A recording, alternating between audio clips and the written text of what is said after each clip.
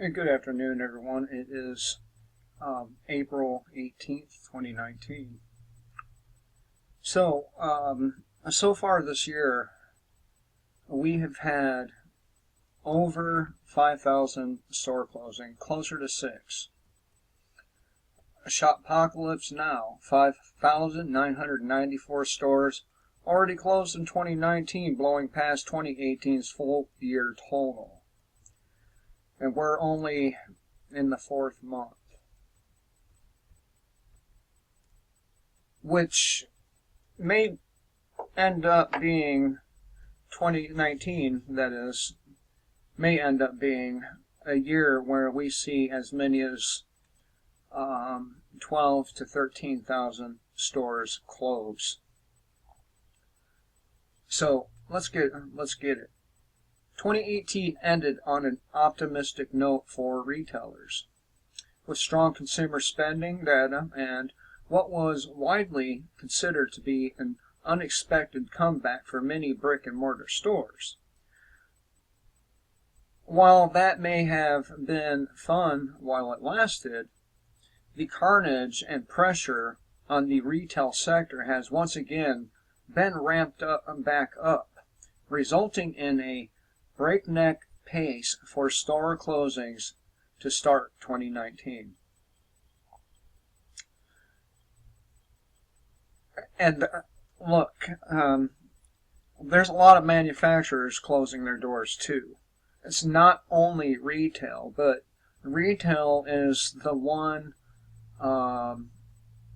sector that everyone across the board can relate to.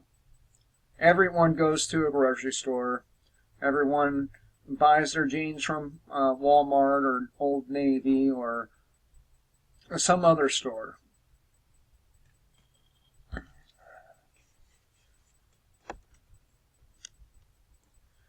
In a start to the year that can only be described as absolutely demoralizing for the industry, 5,994 stores have been closed in the U.S. so far this year, which is already more than last year's total of 5,864.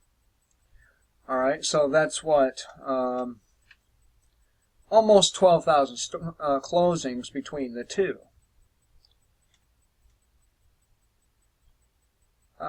It's a little over 12,000. So that's a little over 12,000 stores closed between 2018 and the fourth month of 2019, with many, many, many more to come.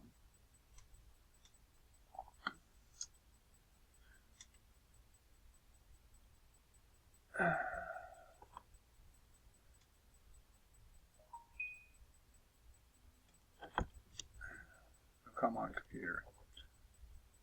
Mall vacancy rates ticked up in the first quarter to 9.3% from 9% in the fourth quarter of 2018. Yes, if you go to, say, the local mall here or a strip mall, you'll see many, many vacancies. And of course, mall owners were always able to charge more for big name stores like, say, Macy's, or because they had these stores in their malls, and this is no longer the case.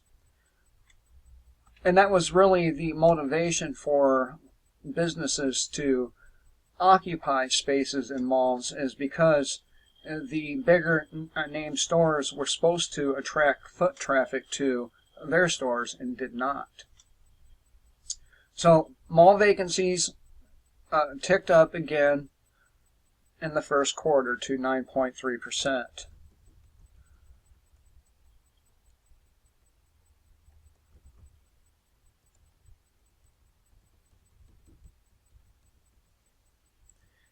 Anna Lai, or Lee, or Lau, or something like that, an analyst at S&P Global Ratings, said, "I don't think malls are out of the woods yet.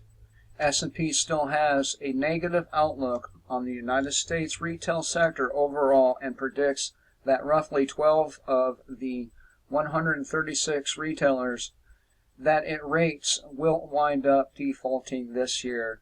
This is an astonishing 4 times the average annual rate.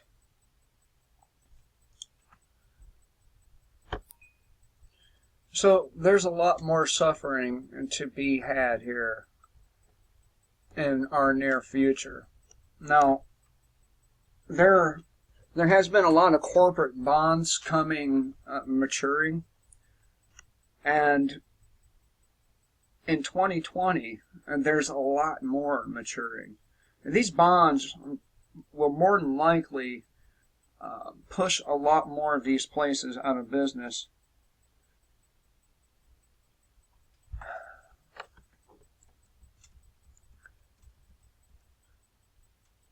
Destiny USA has experienced tenant closures just as other properties across the country have on the brick and mortar front. We have and will continue to fill those spaces with new and exciting uses, as well as we work to ensure the health, vibrancy, and longevity of the centers. They will try. They will try, but the thing is you can't get blood from a turnip. If people don't have disposable income, they're not going to spend the money they get on stuff like that. Like a pair of jeans. I already have 5 or 6 pairs of jeans. I don't need any more jeans. I'm not going to buy any more jeans because I don't have any fucking money. At this point, if I wanted a pair of jeans, it would be just that, a want and not a need. All of our income, all of it, with very few exceptions, like a birthday party for my daughter or something like that, goes on things we need, not want. USB has estimated that another 75,000 stores will have to close by 2026 if online retail continues to rise from its current 16% market percentage to its expected 25%. And there's nothing wrong with that. There's nothing wrong with online retailers. But, not everybody has a bank account or a debit card, and people really do need brick and mortar stores. And so expect to see at least another 4,000 stores close this year. Mark my words. We're only in the 4th month, and again, nearly 6,000 stores have been closed, with a lot more to come.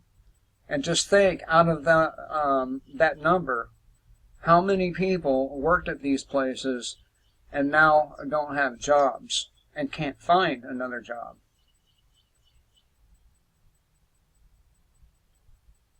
So, and car sales have plummeted as well, which I don't know how long BMW will stay in the United States, but they're eventually going to have to leave if they're not making any money off of the plants they have here. And they may end up making that decision sooner rather than later. Instead of trying to fight and throwing millions and millions of dollars more at it, they might just decide, you know what, I've had enough, we're going. So, anyway, it's a lot of people out of work right there just in those closings, and is there any end to this? I don't see a good one. How about you? Till next time, kill the state, live free.